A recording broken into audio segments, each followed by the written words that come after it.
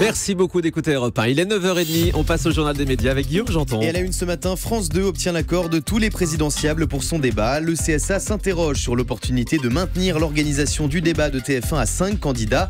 Et Maïté Nabir-Rabin, bientôt de retour à la télévision.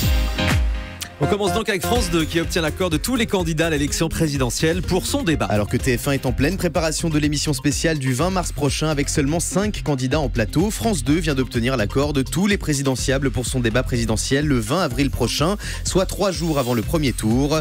La chaîne du service public s'est également positionnée sur la date du 4 mai pour un débat de l'entre-deux tours. Hier, le directeur de l'information de France Télévisions, Michel Field, a également dévoilé le dispositif complet de France Télévisions autour de la présidentielle. Tous les candidats devrait être interviewé séparément sur France Info le 22 mars prochain. La chaîne Info Publique pourrait partager son antenne avec France 2 lors de la soirée des résultats du premier tour en diffusant des débats et des documentaires. Enfin, durant cette soirée, France 3 offrira de son côté un éclairage régional sur les votes. Et à propos du débat de TF1 à seulement 5 candidats, le CSA s'est interrogé hier sur l'opportunité de maintenir l'organisation de ce débat. Seulement 5 candidats devraient être sur le plateau de TF1 le 20 mars prochain. François Fillon, Marine Le Pen, Jean-Luc Mélenchon, Benoît Hamon et Emmanuel Macron. Un dispositif loin de faire l'unanimité, notamment chez les autres candidats. Il y a quelques jours, Nicolas Dupont-Aignan avait saisi le CSA, estimant que TF1 ne respectait pas la loi. Hier, le Conseil supérieur de l'audiovisuel s'est exprimé sur cette polémique. Les sages s'interrogent sur l'opportunité de maintenir l'organisation de ce débat à la date retenue, sachant qu'aucun rattrapage ne sera possible en cas de déséquilibre des temps de parole. En clair, ce débat sera sous haute surveillance. De son côté, Nicolas Dupont-Aignan se voit débouté. Le CSA rappelle qu'il ne peut pas imposer de candidat à TF1. Reste à savoir s'il attaquera la chaîne en justice comme il l'avait promis il y a quelques jours. Nicolas Canteloup remporte son procès contre Canal+. Avant d'être sous les feux des projecteurs, Nicolas Canteloup a travaillé dans l'ombre et notamment pour les Guignols de Canal+ pendant 17 ans. Cette collaboration a pris fin en 2011 lorsque Nicolas Canteloup a rejoint TF1 pour co-animer Après le 20h c'est Canteloup. Jugeant le concept du programme court trop proche de celui des Guignols, Canal+ a décidé de licencier l'imitateur et ce malgré l'absence d'une clause d'exclusivité dans son contrat.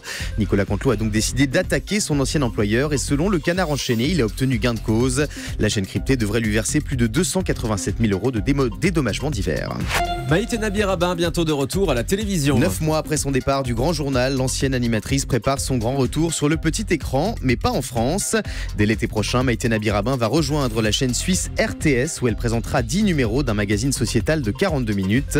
Mais selon le journal Le Matin, cette collaboration devrait être éphémère. On rappelle que Maïté Nabir-Rabin est franco-suisse et qu'elle a débuté sa carrière sur la même chaîne dans les années 90 avec le talk show Ça colle et c'est piquant.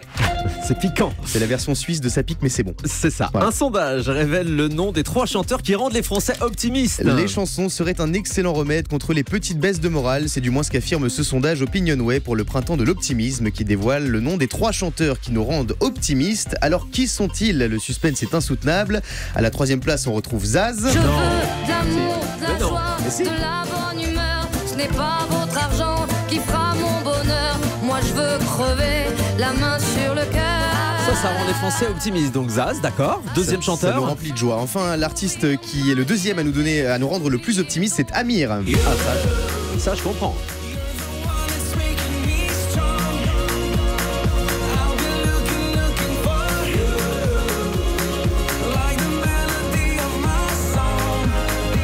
Et alors, qui est le chanteur qui nous donne le plus le moral ? Eh bien, c'est le nouveau coach de The Voice, M. Pokora. Ah oui.